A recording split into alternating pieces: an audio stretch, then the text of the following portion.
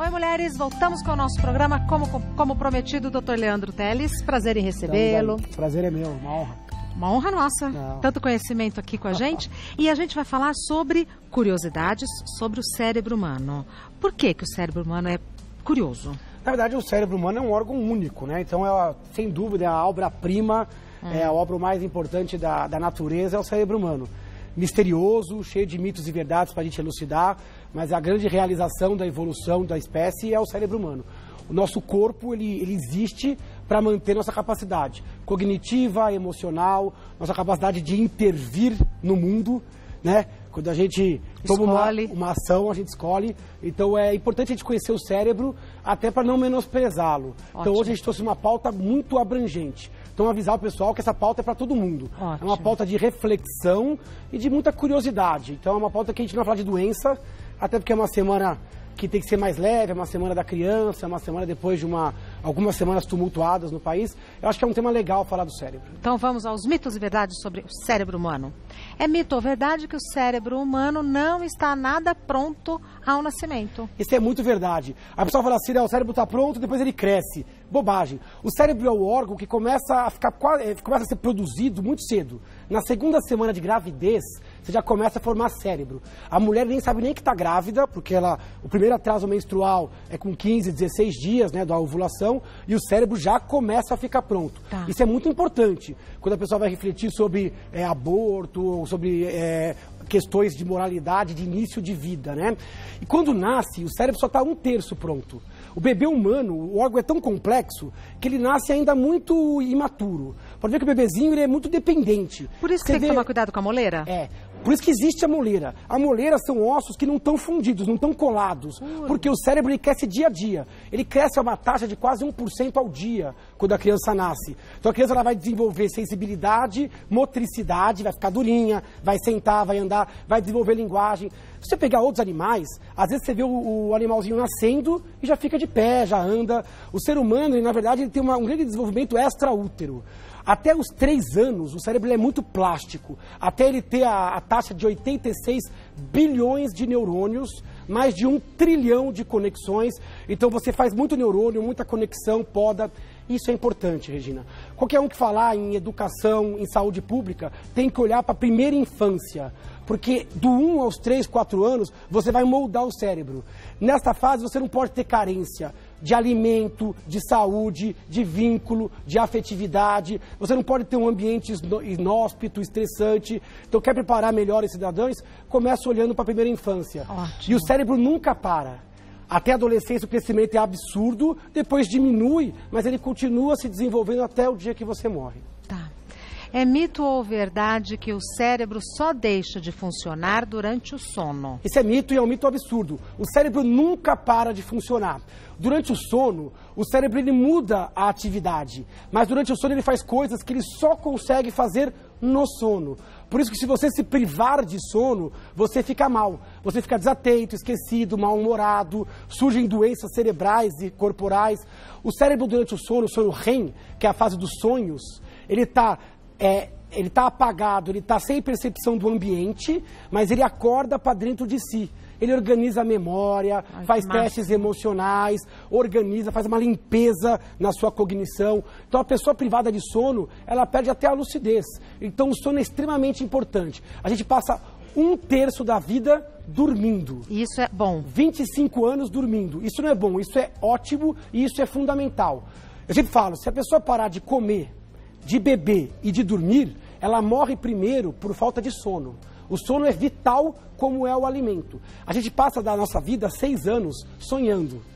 E isso é extremamente importante para a sanidade mental e para o nível físico. Então o cérebro é um incansável. Sabe que o cérebro ele gasta 1/4 do nosso alimento. O cérebro ele é pequeno, ele pesa 1,5 kg.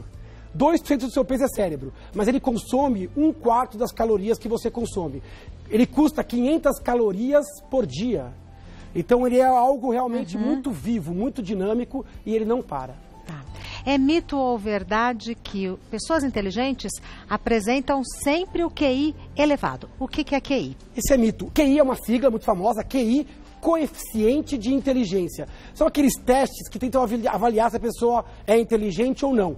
tem um número, vai mais ou menos de 70, 80, até umas 110, 120. Acima seriam as pessoas acima da média, abaixo seria um pouco abaixo da média. QI é um teste. E não é aquele teste de internet. O QI formal, ele é feito pelo neuropsicólogo. É um teste caprichado. Mesmo assim, ele é um bom teste, mas ele não consegue captar toda a forma de inteligência. Ele avalia memória, ele avalia atenção, lógica, matemática, inteligência visoespacial. Isso é uma inteligência formal. Mas hoje em dia a gente tem uma teoria de múltiplas inteligências. Tem pessoas que têm formas de inteligências que o QI não aborda. Por exemplo, inteligência social. Pessoa com perfil de líder, que gera empatia, capaz de entender a demanda do outro. Isso é um tipo de inteligência que o teste não avalia. A inteligência criativa. A pessoa é artista, a pessoa tem uma abstração absurda, o teste não percebe. A inteligência musical, esportiva, então, a inteligência emocional, capacidade de lidar com frustrações. Então, cuidado, QI é um bom teste, ele é abrangente, mas existem pessoas inteligentes de outras formas. Ótimo. Por isso é muito importante a gente ter essa visão mais abrangente. Perfeito. É mito ou verdade que o transplante cerebral já é algo tecnicamente possível? Essa pergunta foi me feita recentemente numa palestra sobre ansiedade. A pessoa levantou a mão e perguntou: eu vi no Facebook que já está quase pronto o transplante de cérebro. Todos os órgãos, não digo todos, mas muitos órgãos podem ser transplantados. Coração, pulmão, pâncreas, rins, córnea, fígado. Agora, o cérebro ainda está muito longe de poder ser transplantado. Fake news. Isso é fake news. Tá. Isso é fake news. Por quê?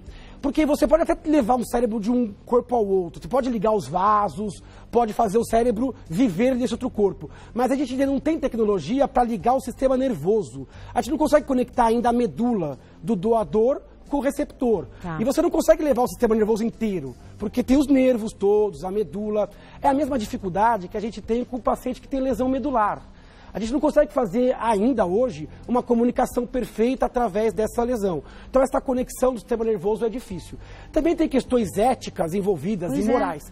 Porque a pessoa que doa o cérebro é diferente, porque se eu doar, por exemplo, o cérebro para você, quem vai amanhecer no seu corpo sou eu.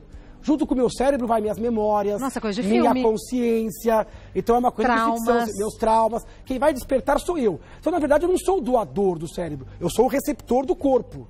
Porque a pessoa que doou o corpo, ela não existirá mais. Boa. E quem doou o cérebro viverá nesse outro corpo. Então, existem muitas questões éticas, morais, e ainda falta uma questão de tecnologia médica para conectar. Quando tiver essa tecnologia, não vai ser para transportar cérebro, vai ser para unificar pessoas que tiveram lesão e que precisam voltar a andar, se mover e viver a vida. Perfeito.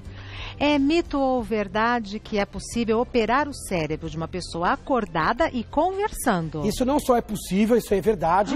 É possível, como às vezes é necessário. O cérebro é um órgão que não sente dor. O cérebro, se você cortar o cérebro, ele não tem receptor de dor. Mas não vou sentir no resto do corpo uma coisa? Não. O cérebro em si, o tecido cerebral. Lógico que os vasos que estão próximos do cérebro, as membranas e a calota. Mas às vezes o que acontece? O cirurgião anestesia o paciente, abre a calota e na hora H que ele vai mexer no cérebro, ele acorda o paciente. Por quê? Porque às vezes ele tem que mexer numa área delicada e que ele precisa saber se aquela área é muito importante para mover um membro ou para coordenar a fala. Então ele precisa mapear com o cérebro aberto, com o paciente acordado. Então quem jogar na internet, no Google, cirurgia cerebral, paciente acordado, você vai ver que o paciente é operado, às vezes tocando um instrumento ou conversando com o cirurgião. É importante para o cirurgião saber exatamente o que está cortando, para ver se ele não está próximo de uma área muito eloquente, muito importante. Então isso é possível, e só é possível porque realmente o cérebro sente pouca dor. Né? Então isso é uma curiosidade interessante do cérebro. Super interessante. Continuamos a continuar a falar sobre o cérebro humano. É mito ou verdade que morte cerebral é um evento irreversível? Isso é verdade. Morte cerebral é um conceito recente em medicina. Hoje em dia a definição de morte física, é a morte do cérebro. Então isso para fins legais, para fins religiosos, para fins de doação de órgãos. Se o cérebro está morto, aí tem que ter clareza o que é morte cerebral. A morte cerebral tem critérios internacionais. Então é um exame feito por 2 médicos, dentro de um contexto catastrófico, tem que ter um exame subsidiário, um exame complementar que comprove isso. É um evento inexorável, um evento que você não consegue reverter. Não é igual coma. como é um evento grave que pode ser revertido, parcial ou totalmente. Então, morte cerebral é aquele momento pelo qual o cérebro parou de produzir qualquer eletricidade, não chega mais sangue no cérebro, ele está morto. Mesmo que o paciente esteja quente, mesmo que o coração esteja batendo... Mesmo que o pulmão esteja funcionando... O pulmão, geralmente, ele funciona às custas de aparelho, porque quem dá a ordem para o pulmão é o cérebro. Então, o paciente pode estar entubado, quentinho, tendo até alguns reflexos espontâneos da medula, olha, doutor mas Leandro, o cérebro pode estar parado. Neste momento, o paciente pode ser declarado morto. Aí vai se discutir se pode ser feito o transplante, se é vontade da família, qual é a questão com relação aos aparelhos, mas é um evento inexorável. Ninguém voltou desse estado. Então, morte cerebral... é o fim. É o fim. É a morte física. Isso é muito importante, porque você só pode fazer um transplante de uma pessoa falecida para uma viva por conta desse conceito. Porque o órgão está com boa qualidade. Se você esperar o corpo todo parar de funcionar, aquele órgão não tem mais validade. Outra coisa é que você pode manter o paciente no hospital por mais tempo do que necessário, levando a muito impacto emocional na família. Então é importante entender que morte cerebral é algo definido por critérios mundiais e esse sim é um termo irreversível. Já que falamos de transplante, eu sempre gosto de não perder a oportunidade de dizer que eu sou doadora de todos os meus órgãos. Sempre. Isso é extremamente importante e hoje em dia é importante que se você quer transplantar, é importante que você avise a família familiares, toda, amigos, tá que todo você mundo fale, avisado. olha, independente da sua religião, independente da sua ideia, a minha é essa. Eu sou doadora. Porque a pessoa precisa expressar. Antigamente tinha que pôr no documento, hoje não. Expressa para a sua família que eles que vão decidir nessa hora.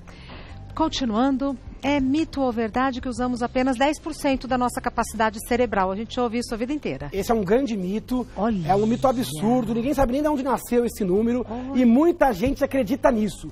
Eu só uso 10%. O cérebro, como eu falei, é a obra-prima da natureza, é um órgão caro, ele gasta muita energia. Então, usando ele inteiro, parece que ainda às vezes falta um pouquinho. Só 10% não. A gente sabe que hoje, por estudos, ressonância funcional, PET scan, que durante o dia a gente usa praticamente o cérebro todo. E em modalidades complexas, quando você está pensando, falando, refletindo, debatendo, você usa o cérebro como um todo. Esse mito ele dá margem a muitas questões, às vezes, de charlatanismo. Surge uma pílula mágica que vai destravar o resto do seu cérebro, ou surge uma coisa mirabolante, ou você vê um filme, né, que a pessoa consegue o resto do cérebro e começa... tomando uma pílula... começa a ler mente, começa a flutuar. Não, o cérebro ele é usado na integridade e é o dos cérebros dos animais o mais desenvolvido. Como eu falei, 86 bilhões de neurônios, todos gastando energia, levando a cabo todo o nosso equilíbrio físico, emocional e cognitivo. Então esse é um grande mito sem nenhuma razão científica. A prova disso é que quando você tem uma lesão cerebral, você perde habilidades. Você tem sequelas, como no AVC, num traumatismo, na doença de Alzheimer, que você perde tecido cerebral. Então não tem essa reserva toda. É claro que um pouco de reserva todo órgão tem. Aquele A maisinho. Então a gente trabalha com 80%, 90%. Mas esse número é um número absurdo. E ninguém sabe de onde surgiu, né? Ninguém sabe. Provavelmente alguém falou este número baseado numa crença ou numa visão fechada. E depois que as coisas foram melhor estudadas, esse número caiu por terra. É um grande mito, um grande absurdo. Vamos na sequência perguntas do pessoal de casa. Primeira pergunta do Denis. Qual a melhor dieta para o cérebro? Denis, então, a dieta para o cérebro. O cérebro é um órgão que está no corpo. Então o corpo tem que estar saudável para o cérebro estar saudável. Então quando você fala em dieta, é importante entender que a dieta para você é diferente da dieta para mim. Depende de quais são as suas doenças clínicas, depende de quais são as suas intolerâncias, qual é a sua questão afetiva com a comida. Então, essa dieta que funciona para todo mundo, isso não vale muito assim. Depende. Por exemplo, o hipertenso, tem que comer menos sal. O diabético, menos carboidrato. A pessoa que tem intolerância ao glúten, à lactose. Então, cuidado com esses terrorismos nutricionais que valem para todo mundo. Agora, se a pessoa for da mesma idade, saudável, qual é a dieta mais estudada para o cérebro? É a dieta do Mediterrâneo. A dieta mediterrânea é aquela que é rica em peixes, é rica em sementes, azeite, que tem muito ômega 3, 6, 9, são gorduras do bem, né? São pobres, essas dietas são pobres em carne vermelha, pobres em alimentos industrializados, alimentos com corante, alimentos artificiais, são ricos em fruta com potencial antioxidante, frutas que têm resveratrol, que têm outros antioxidantes. Então essa dieta é a mais estudada para uma boa longevidade cerebral e aí você vai adaptar de acordo com as suas demandas pessoais. Perfeito. E o seu bolso, né? E o seu bolso. Porque as dietas também são caras, né? São caras, Na verdade, os alimentos de boa qualidade são caros. Tem que adequar para não abdicar da saúde, mas que seja algo sustentável. Próxima pergunta é enviada pela Miriam. Por que o cérebro humano é tão mais desenvolvido do que de outros primatas? Essa pergunta é interessante, né? Porque realmente, a gente olha o ser humano, a capacidade de linguagem, de domínio, de empatia, de entender o outro. E você vê que o próximo mais perto da gente seria o macaco, e ele parece que é muito longe, muito né? Diferente. Apesar dele ter algumas habilidades, ele não consegue fabricar suas próprias ferramentas com facilidade. A quantidade de cognição que o ser humano tem parece muito maior. Muita gente estuda isso, ninguém tem certeza de qual foi o momento, mas a principal teoria hoje de neurociência é que o ser humano conseguiu manter esse cérebro no momento que ele aprendeu a cozinhar. A cozinha foi o grande pulo do gato, do macaco.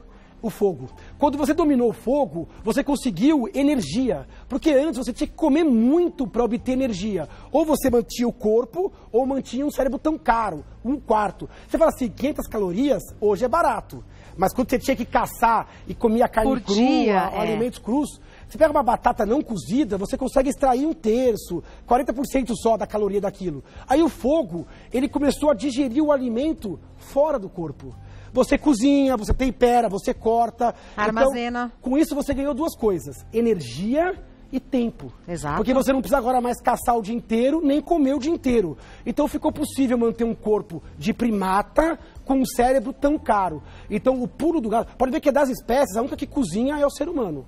O ser humano é o que liga o fogo, digere o alimento fora e depois se alimenta. Então isso foi um marco. Lógico, isso é evolução. Demorou milhões de anos. Se eu der comida agora para o meu cachorrinho, ele não vai se tornar mais inteligente porque a comida está cozida ou não.